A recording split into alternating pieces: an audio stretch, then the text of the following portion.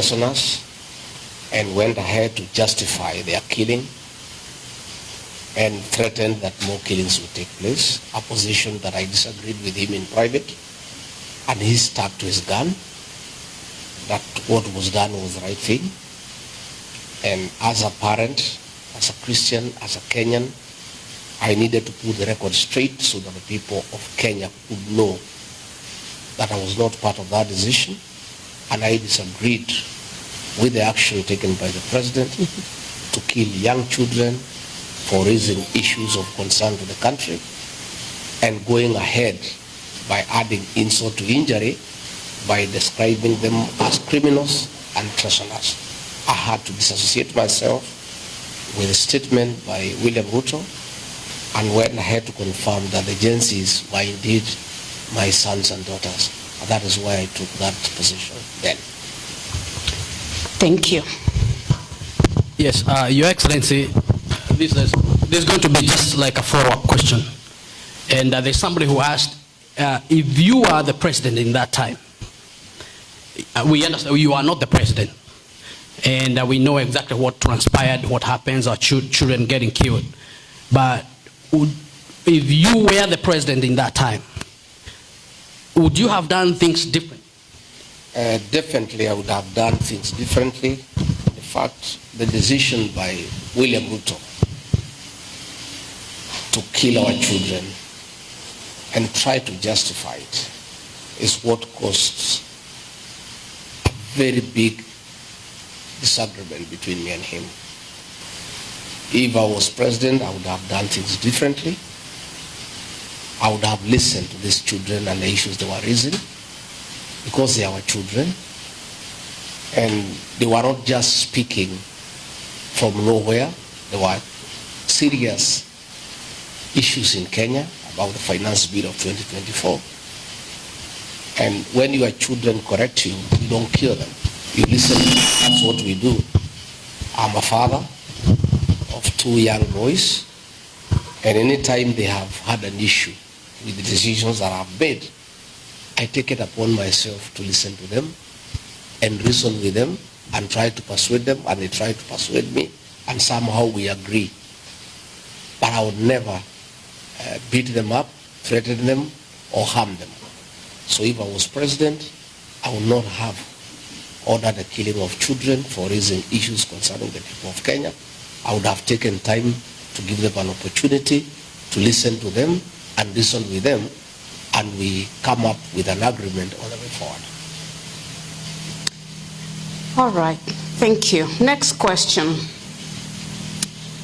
Your Excellency, do you believe in restorative justice?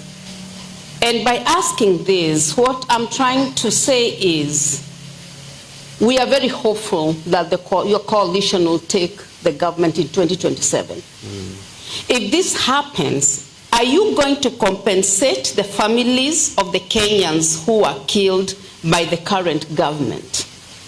Thank you very much. In the United Opposition, we have a committee on restorative justice led by former Speaker and former Attorney General, the Honorable Justin Bidan Muturi, because I believe in restorative justice.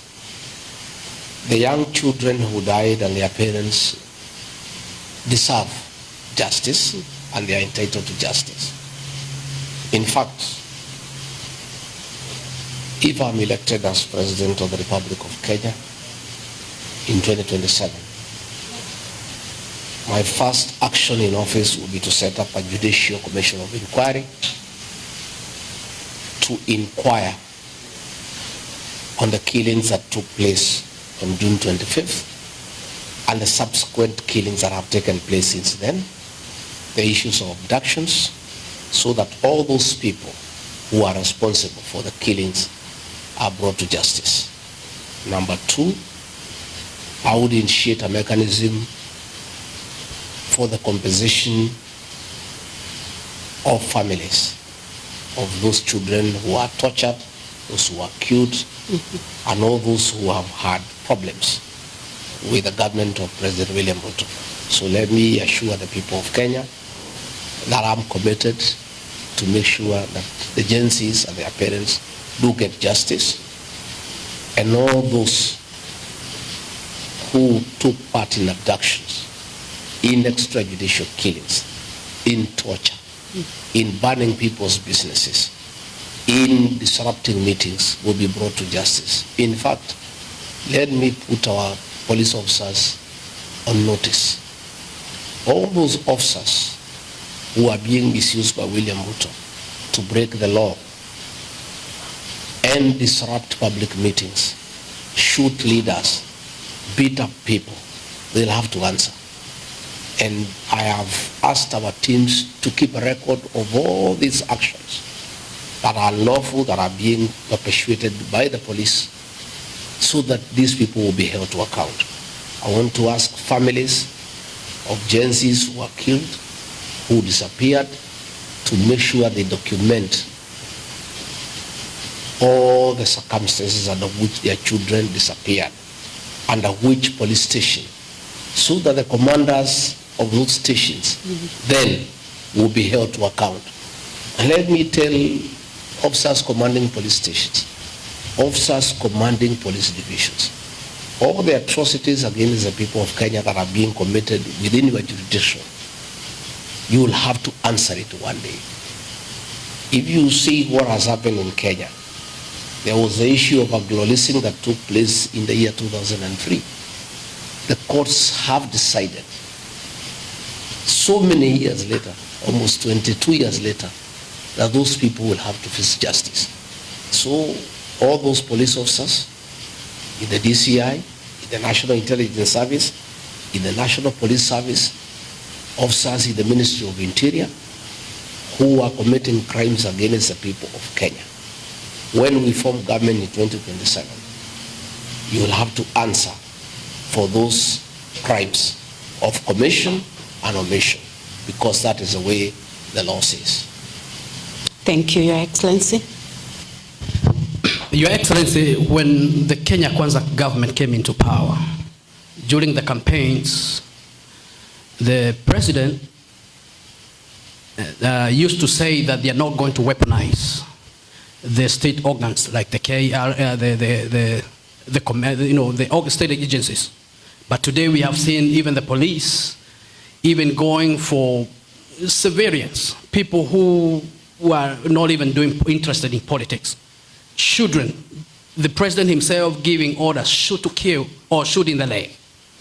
Do you think today, as we stand, do you think the Kenyan government, the Kenya Kwanza government is redeemable today as we stand, Your Excellency?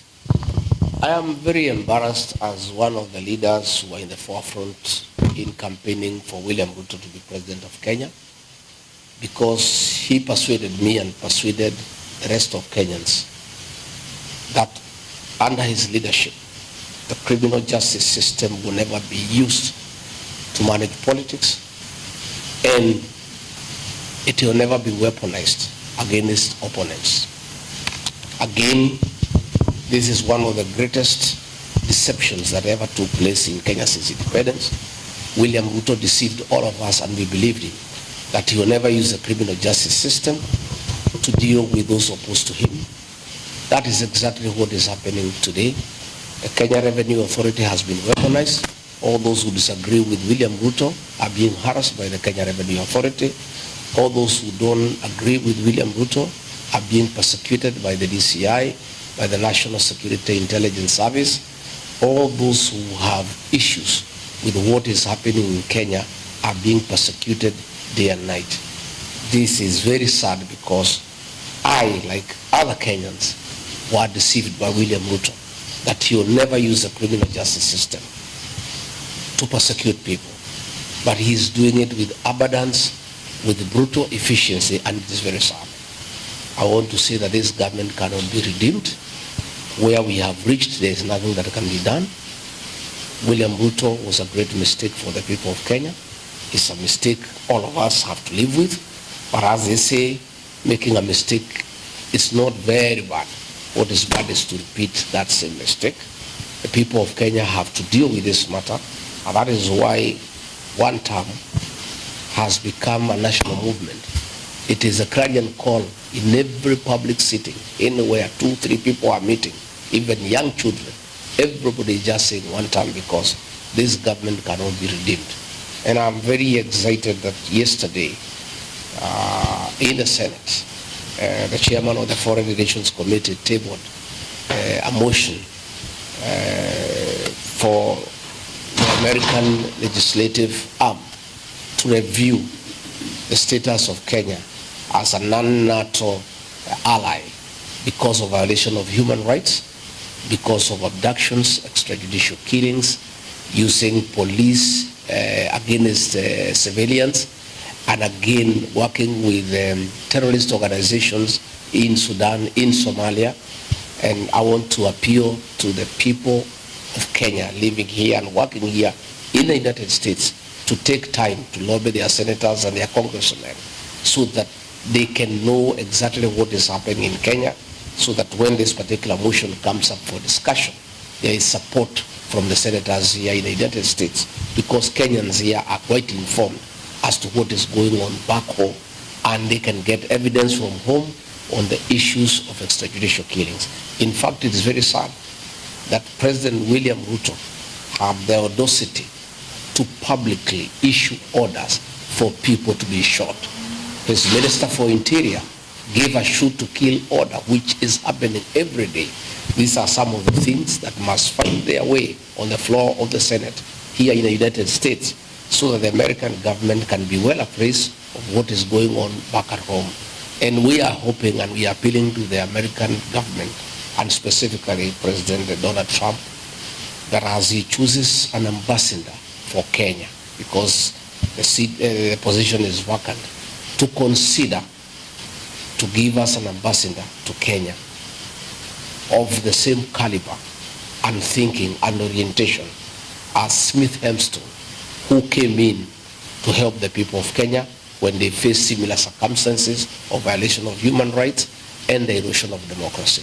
We'll be very happy if we could get an ambassador the caliber of Smith Hempston to come to Kenya and help us to restore our democracy and to restore the respect of human rights in our country. Thank you. Follow-up question would be, so you don't think, Your Excellency, the empowerment programs that are going on right now in almost every village, we've seen, in the media, they are going in every village, they're, saying empowerment. We don't know exactly what it is. You don't think that is going to redeem this government or anything? Those are not empowerment programs. That is daylight bribery of voters using stolen public funds. These are funds that were meant for education, free primary education and free secondary education. This money, William Ruto has diverted management for education through the National Intelligence Service, ostensibly to deal with regional security. This money is withdrawn in cash every Friday and given to Kindiki to go around the country bribing voters and cheating them. That is empowerment. William Ruto promised real empowerment when he became president. If he wants to do real empowerment, he needs to bring a bill in Parliament where these programs are well explained and included in the budget, so that there is an organized way of doing empowerment. Today, how do you explain where is the Deputy President getting this money from? His salary is known. He has been in office for 10 months. He has not earned more than 10 million shillings. In the last several months, he has spent over 300 million shillings. This money is not in the budget. Where is this money coming from? These are proceeds of corruption. And these are funds that are being used to corrupt the morals of our people and try to bribe voters ahead of the 2027 general election. So it's all deceit, it's all a conman game, and it has nothing to do with empowerment. It is simply bribery and a scheme to deceive the Kenyan voter, to try to persuade them to have William Ruto elected as president. Thank you. Now, Your Excellency, this interview is really not an interview without talking about you being labeled as a tribalist. And as you may know, probably you are aware that most of us who defend you on social media, we are also labeled tribalist. I personally campaigned for President Ruto for 4 years non-stop. Obviously, I was against President Uhuru. Nobody labeled me tribalist until Gachagua was impeached. We have seen you hold rallies in Mombasa, Bungoma, Kakamega, Kajiado, Nairobi, and other parts of the country with great acceptance from Kenyan masses. Why the government, and indeed its handlers, calling you a tribalist? Why do you think they call you a tribalist? And we have seen you in many other regions that do not belong to the Kikuyus. Thank you, Jerry. That is a narrative by William Ruto to try to demonize me before the people of Kenya and to suppress truth. William Ruto has nothing against me. And the only remaining strategy is to label me a tribalist, to try to demean me before the people of Kenya. Fortunately, it's only William Ruto, his sycophants, and bloggers paid by government who call me a tribalist. I'm the darling of the Kenyan people. As you have rightly said, when I was in Ukambani, everybody, thousands of people from that area wanted to hear from me. When I arrived in Mombasa, in Kilifi, in Malindi, everybody wanted to listen to me. When I went to Masai Land, in Kajiado, in Narok, the Ma people want to listen to Rigiji. When I went to Western Kenya, I was a star guest in Bungoma, in Busia, in Kakamega, in Vihiga. The people of Kenya believe in me and the truth that I speak every day. It's only William Ruto because there's nothing else he can say against me. As you have rightly put it, nobody believes in me because when I campaigned for him, he never called me a tribalist. When the people of the mountain Kenya supported him to a man, he never said they are tribal. He has only decided we are tribal because we have rejected his leadership and we have said we are not going to support him. As long as we were supporting him, we were good people and we were very nice people and nationalists. But the minute we decided that he cheated us, he betrayed us, he misused us, he was the wrong choice for us and for the country, he has decided that we are tribal people. But I am never dissuaded from what I believe in. I never lose focus. I'm never distracted. I ignore those things with the contempt that they deserve. I am very keen to talk to the people of Kenya. I stand for the people of Kenya. When I fought for the Gen Zs, I fought for all the Gen Zs for the people of Kenya. When I oppose over-taxation, I do it for the people of Kenya. And the people of Kenya have understood who Rigiji is. And William Ruto with his narrative will go nowhere. When I go back, I will be having a 3-day incursion of the Busi region in Kisii and Nyamira. Again, I will be going to Migori in Kuria. Again, I will be going to Bomet. I will be going to Eldoret. I will go to each and every part of the country because I'm a Kenyan leader. And I'm a leader who is respected by the people of Kenya for what I believe in and for upholding truth, because the people of Kenya want a truthful leader. And that is why William Ruto is scared. He would like to confine me in the mountain so that other Kenyans do not benefit from what I know and from telling them what is happening in government and what happened when I was in government. He doesn't want me to give that truth to the people of Kenya. That is why he tries to bog me down and try to intimidate me by saying I'm tribal. I'm not intimidated. I am strong. I am focused. I'm a man on a mission. I'm moving on. I'll move to each and every part of the country. All right, let's proceed.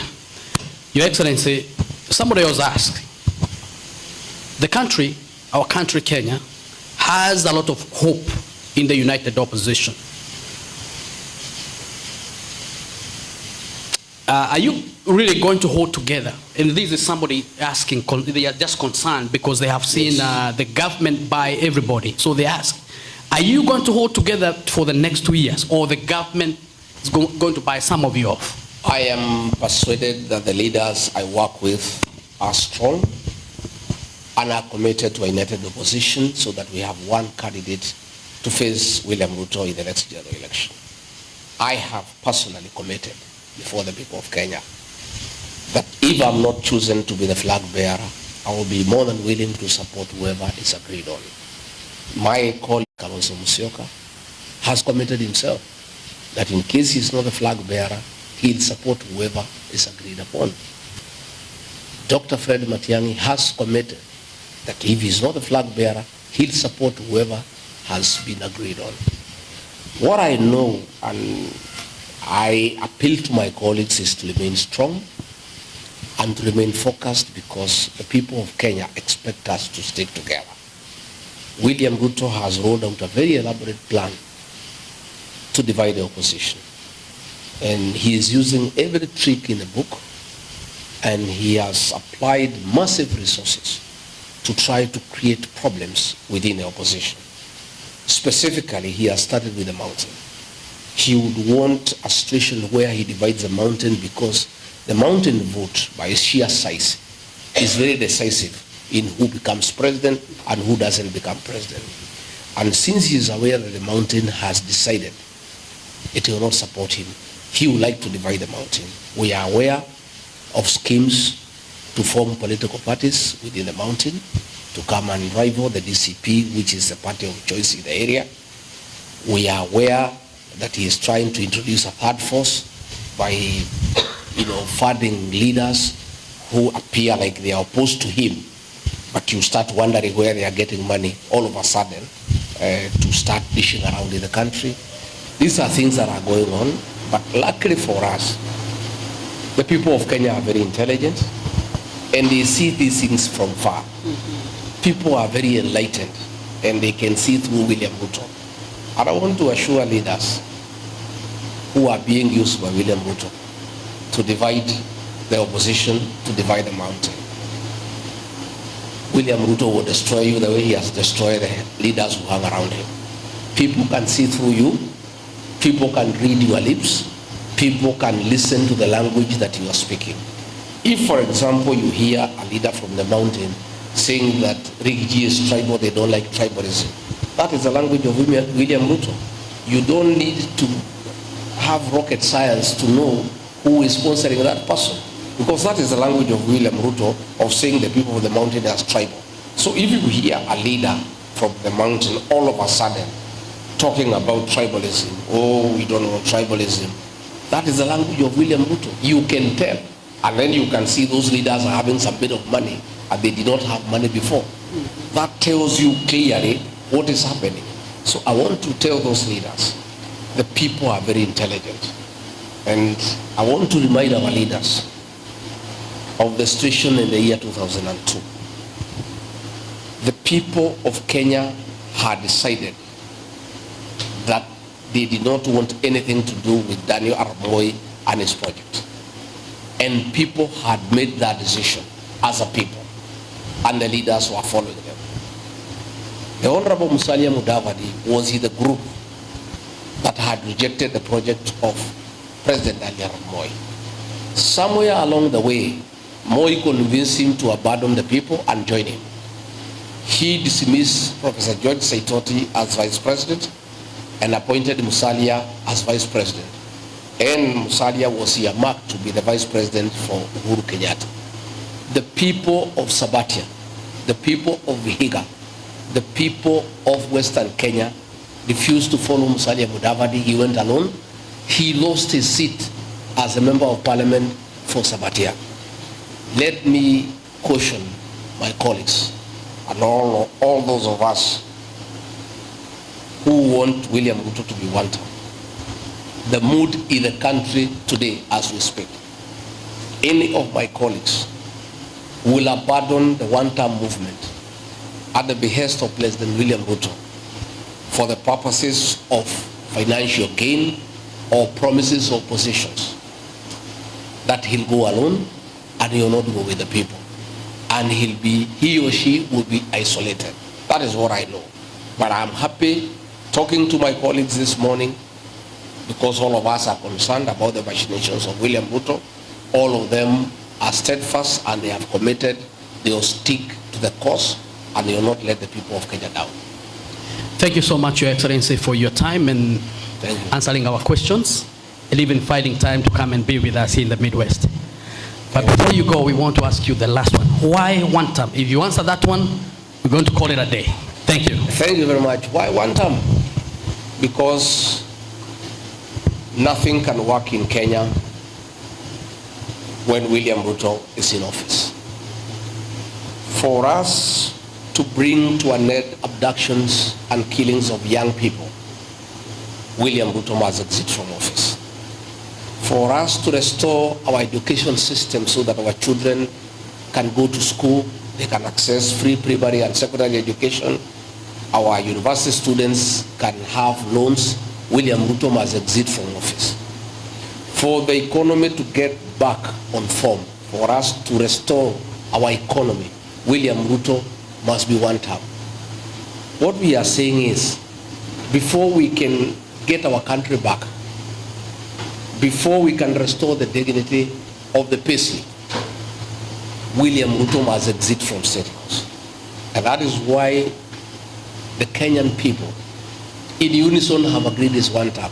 To an extent that today, the president and his deputy cannot hold an organic meeting. All their meetings must be at our tent, where people have been vetted and paid, so that they can avoid people seeing one term. You saw what happened during the opening match of the Chan football tournament. The president and the governor of Nairobi had to purchase all the tickets, and the tickets were given to officers from the Kenya prisons, NYS personnel, and supporters of Governor Sakaja and MCAs aligned to him, so that they don't have an organic group in Kasarani, so that they don't sing one term. In the process, they were not able to distribute all the tickets, despite organizers having said that all the tickets have been sold out.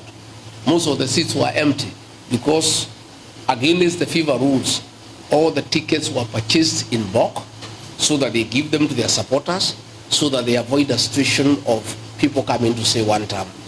But I don't know what they'll do, because on the day of the voting, they would have to pay everybody in Kenya. And even if they pay them, they will still have to come and vote for Ruto to be one term.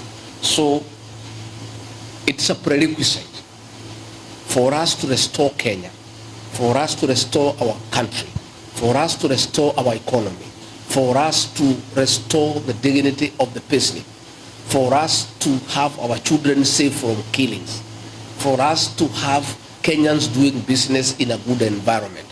William Ruto must be one term. That is the movement we are spearheading, and I can tell you it's unstoppable, and it's going on. And probably they were thinking it's Rigiji who is behind it. I've been out of Kenya for the last 5 weeks. The one-term movement is even stronger than it was when I was in Kenya. So it's one term. Your Excellency, we want to thank you so much for your time. Thank you. And again, thank you for visiting us here in Midwest. Thank you. Thank you. I look forward. Asanteni sana. Thank you very much.